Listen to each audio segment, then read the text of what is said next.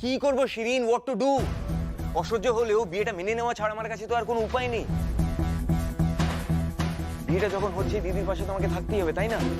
YONO, এই সব কিছু হয়েছে ওই মেয়েটার জন্য। ওর জন্য রুকুতি ধরা পড়লো আর তোকেও সাপে কামড়ালো।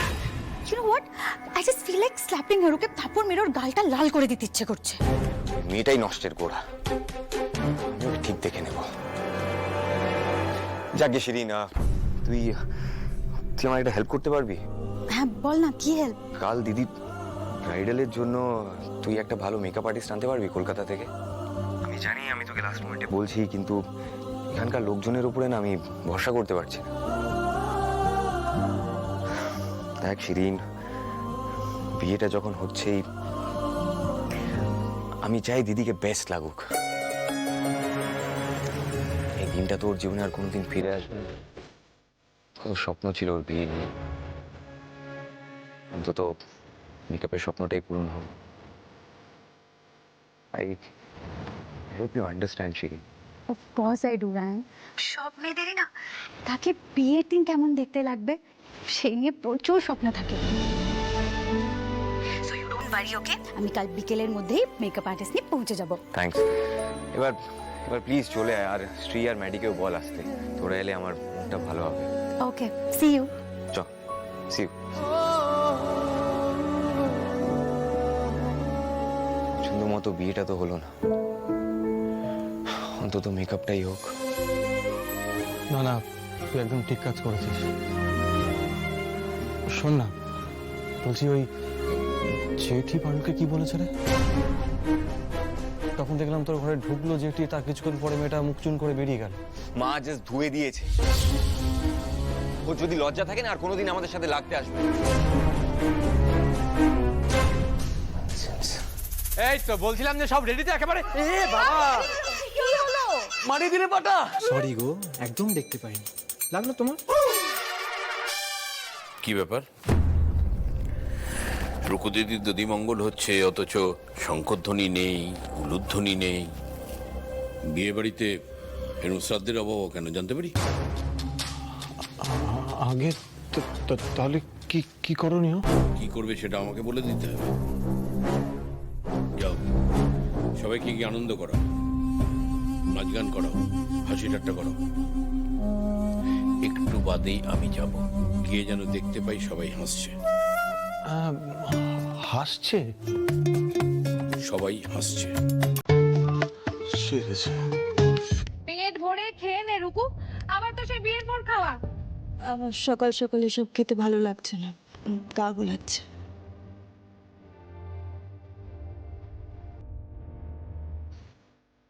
কি কথা রুকু? দধি মঙ্গল মানেই তো সকালে দই খাওয়া।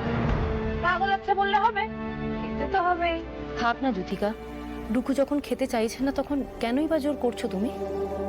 সবটাই তো জোর করে হচ্ছে দিদি, আমার খাওয়ানোর আর দোষ কি? পেঁচিয়ে কথা না বললে তোর হয় না না?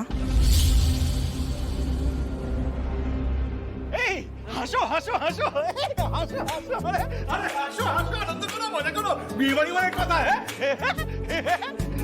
হাসো হাসো। উপরমহল থেকে আদেশ এসেছে নাকি বাবা?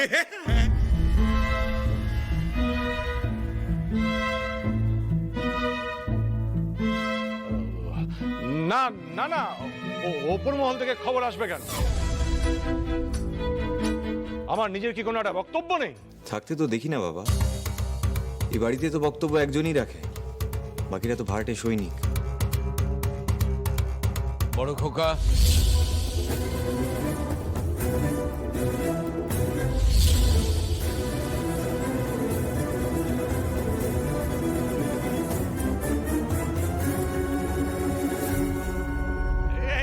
কি আনন্দ, কি আনন্দ, রুকুর বিয়ে, কি আনন্দ।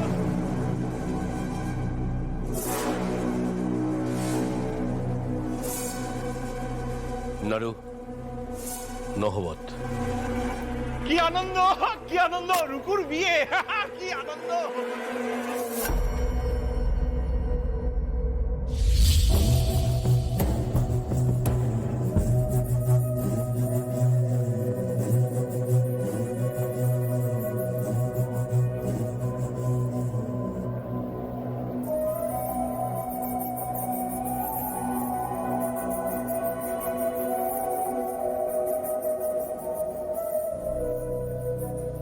কি ব্যাপার?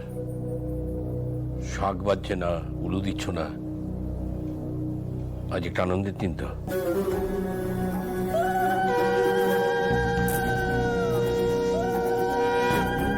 এই ছোট কোকা, দেখ না একবার ছেলে তিনটে গেল কোথায়? ঠাম্মি, তুমি তো সন্দীপের কথা একবারও বললে না। ও তো এই বাড়ির জন্য কত কিছু করে, তবু কারোর মন পায় না। ও হ্যাঁ, ওই নাচ জামাইও তো সঙ্গে ছিল। তাহলে ছেলেগুলো গেল কোথায়? এত চিন্তার কি আছে? ছাগল ছানা নাকি যে শিয়ালে টেনে নিয়ে যাবে? আরে শিয়াল নয় কুকুর, বাঘের মতন কুকুর। এই তো সন্দীপ, তুমি তো ওদের সঙ্গে ছিলে। হ্যাঁ জানি না বাবা, আসলে একটা সময় অবধি তো আমরা একসাথেই ছিলাম, কিন্তু তারপর না আলাদা হয়ে গেল। মানে? নাড়ু, হ্যাঁ দাদু। তোর ঠাকুমার সাগর ছাঁচা মানিকেরা কোথায় গেছে ওর গিয়ে দেখ তো। আচ্ছা ঠিক আছে। আমরা এসে গেছি।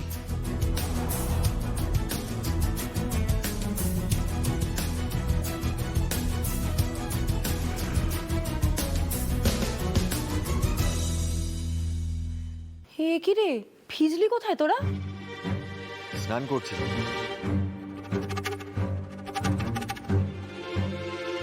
স্নান করছিলে? কোথায় গো?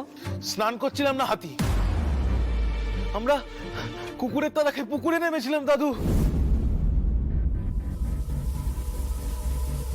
কি কুকুরে তাড়া করেছিল মানে? বলে দিলি? বলবো না, ওই সন্দীপ দা একটা কুকুর লেলিয়ে দিয়েছিল আমাদের পেছনে।